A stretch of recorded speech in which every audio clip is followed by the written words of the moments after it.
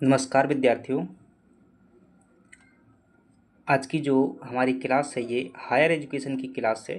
इसमें आप सभी का स्वागत है।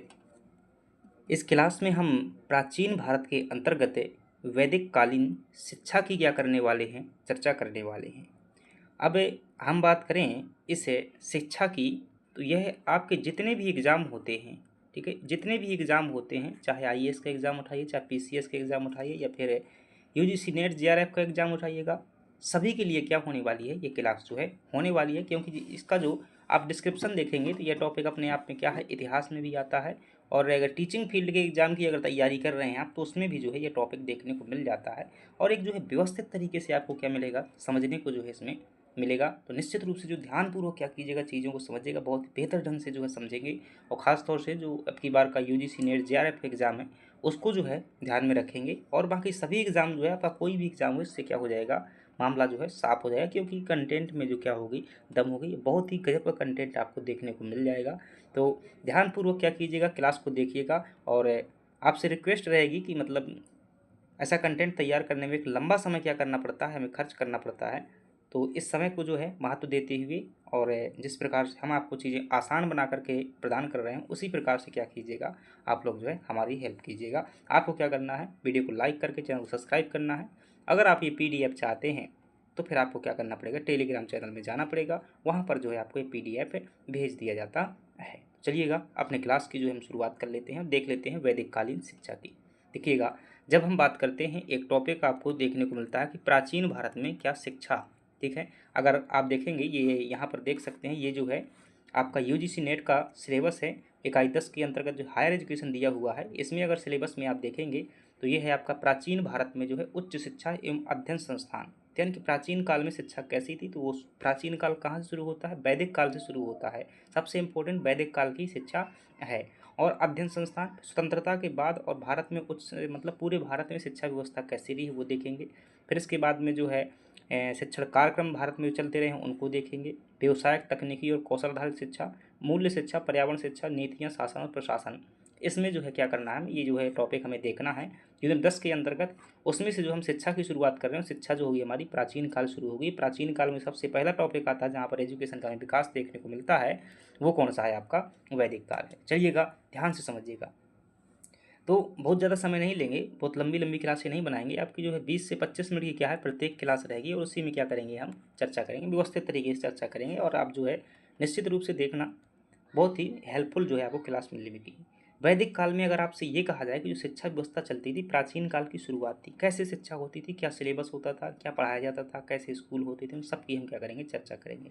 तो पहला शब्द आपको ध्यान रखना है कि वैदिक काल की जो शिक्षा थी उसे क्या कहते हैं, शिक्षा का स्वर्ण युग कहा जाता है भारतीय इतिहास का, ठीक है, स्वर्ण युग कहते हैं वैदिक कालीन शिक्षा को।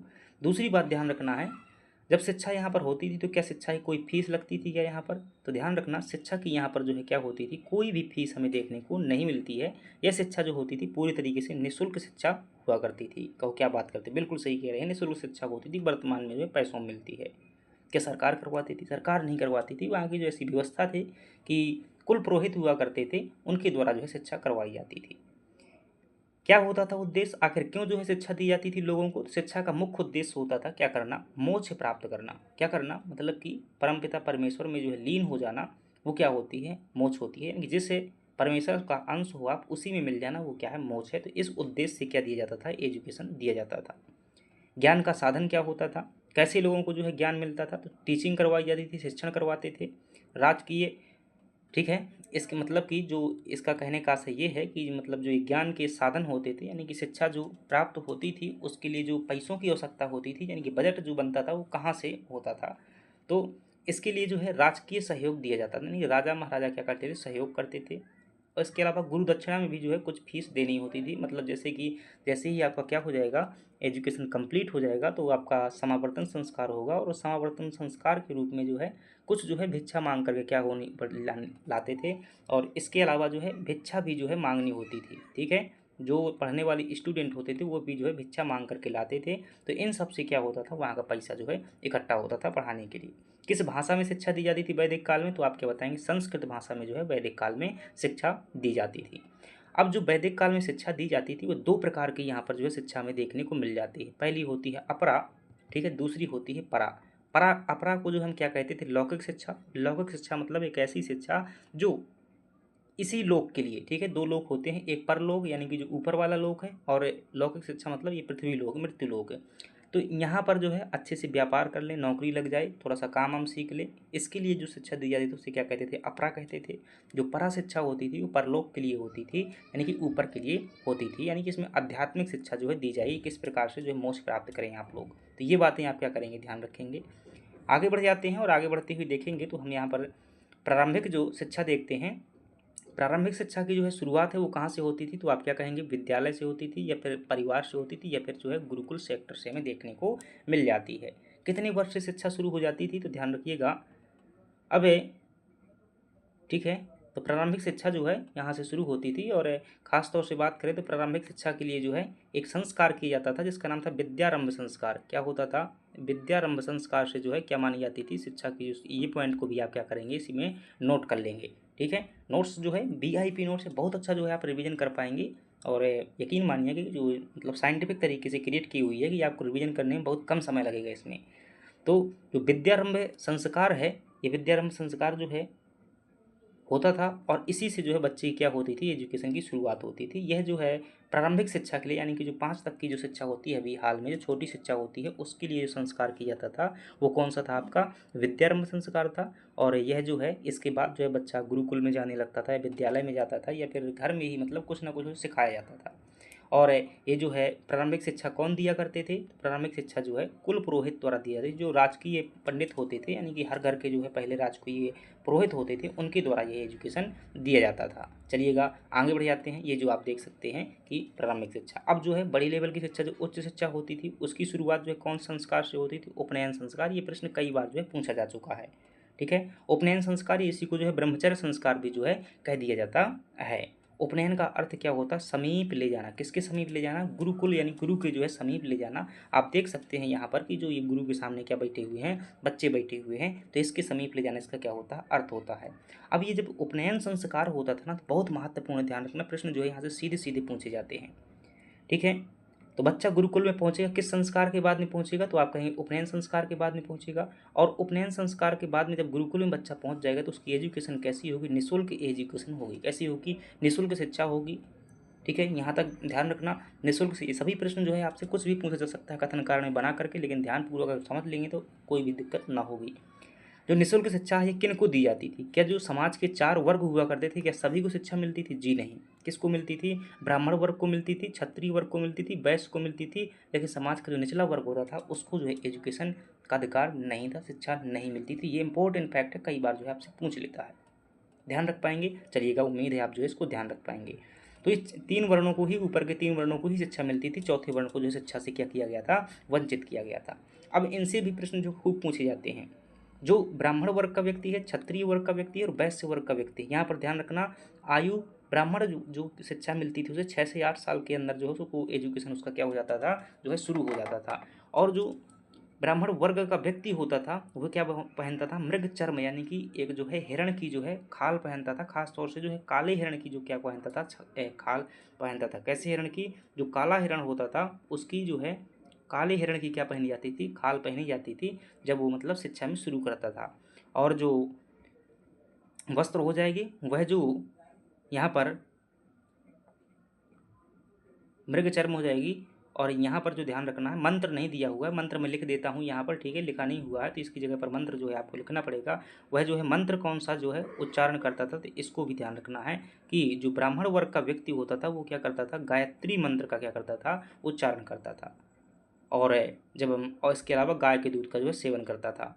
क्षत्रिय वर्ग का जो व्यक्ति होता था उसकी शिक्षा जो है 10 से 8 से 11 वर्ष के बीच में जो है शुरू होती थी। वस्त्र जो है, ठीक है, ये गलत लिखा हुआ है, ये वस्त्र जो है समानता नहीं थे, लेकिन जब वो एजुकेशन जो है होता था उस समय पर जो है एक धब्बेदार हिरण के वस्त्र जो है क्या किए जाते थे, पहने जाते थे, ठीक है।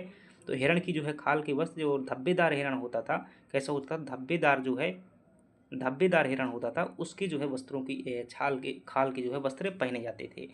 भोजन जो है तिल और ये जो है, ठीक है। मिथुन भोग जो है ये करते थे क्योंकि क्षत्रिय थे, इनमें तेजस्वी ज़्यादा रहता था। इसके अलावा मंत्र इनका भी ध्यान रखना कि ये कौन से मंत्र का जो है गान करते थे, तो ध्यान रखना ये जो है त्रिष्टुप मंत्र का क्या करते थे, उच्चारण करते थे। ये मंत्र जो है MPPSC में एक बार पूछा जा चुका है कि जो क्षत्रिय वर्ग का व्यक्ति होता था, जब उसकी जो गुरुकुल के सामने जब शिक्षा शुरुआत होती थी, मतलब संस्कार होता था, उपनयन संस्कार, तो वो कौन से मंत्र का गायन करता था, ध्यान रखना ये त्रिष्टुप मंत्र का। तो ब्राह्मण जो होते थे वो कौन से गायत्री मंत्र का करते थे, और वैश्य जो होते थे वो कौन सा मंत्र जो है उच्चारण करते थे, ध्यान रखना जगती मंत्र का जो है ये व्यक्ति वैश्य वर्ण क्या करते थे, उच्चारण करते थे।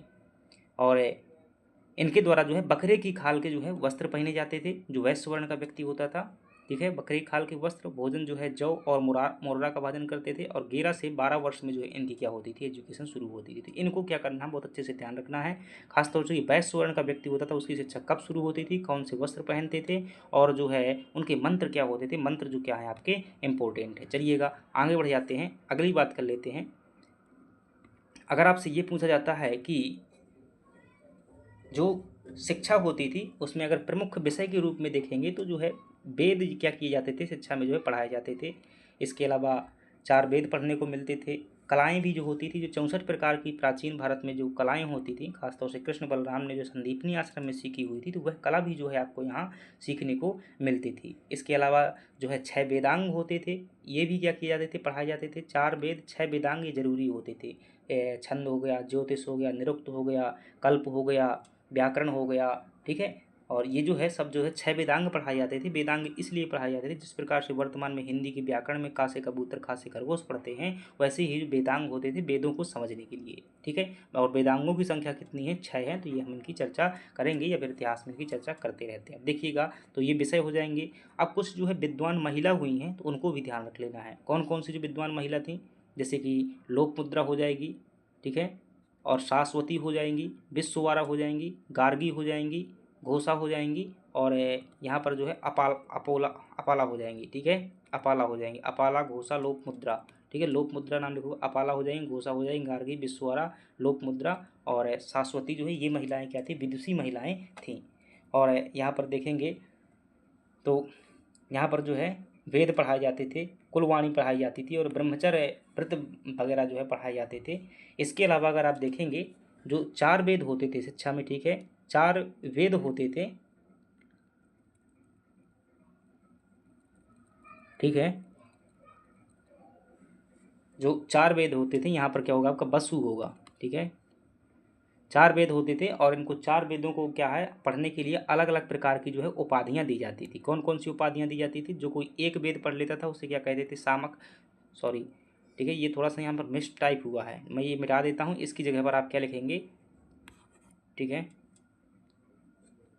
इधर लिख देता हूँ। जो कोई एक वेद पढ़ लेता था, जो कोई एक वेद पढ़ता था उसे जो है एक वेद को पढ़ने में आपका 12 साल का समय लगता था। एक वेद को पढ़ने में कितना समय लगता था, 12 साल का समय लगता था।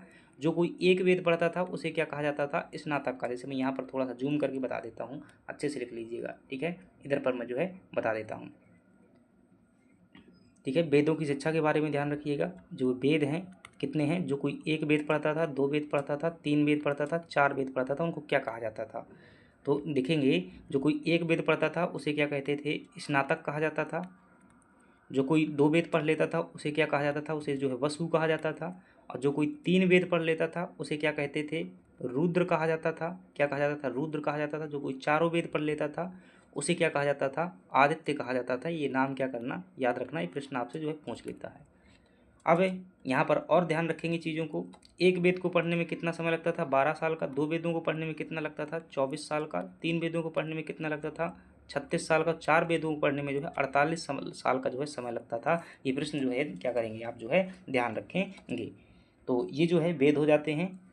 और शिक्षा की जो समाप्ति होती थी वो किस संस्कार से होती थी, तो आप क्या कहेंगे कि जो शिक्षा की समाप्ति होती थी वह आपकी समावर्तन संस्कार से जो है शिक्षा की समाप्ति मानी जाती थी। जब व्यक्ति मतलब पूरा पढ़ लेता था गुरुकुल में, तो यहाँ पर ध्यान रखना, इनकी जगह पर जो मैंने लिखवाया हुआ है तो वो लिखना है यहाँ पर, ठीक है।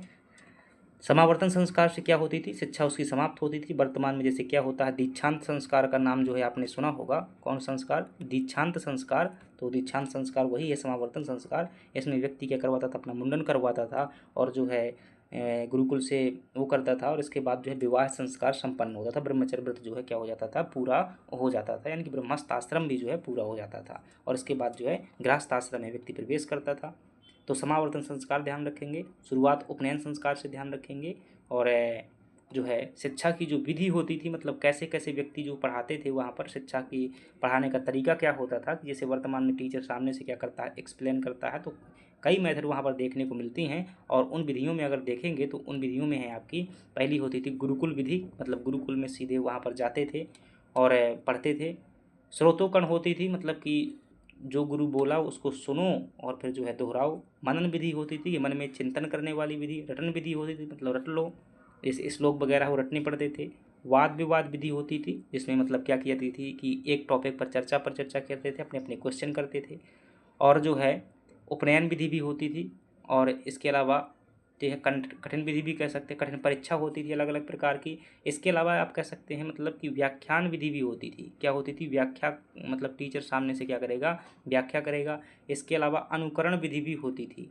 अनुकरण विधि की जैसा मतलब हम बोल रहे हैं, जैसे गुरुजी बोल रहे हैं वैसे क्या करो, आप भी अनुकरण करो। तो ये जो है प्राचीन काल में क्या होती थी, वैदिक काल में खास तौर से जो शिक्षा की विधियाँ होती थी। और अगर बात करें कि जो वैदिक काल के समय शिक्षा के प्रमुख केंद्र कौन से थे, तो आप क्या कहेंगे कि प्रयाग हो जाएगा। क्या हो जाएगा?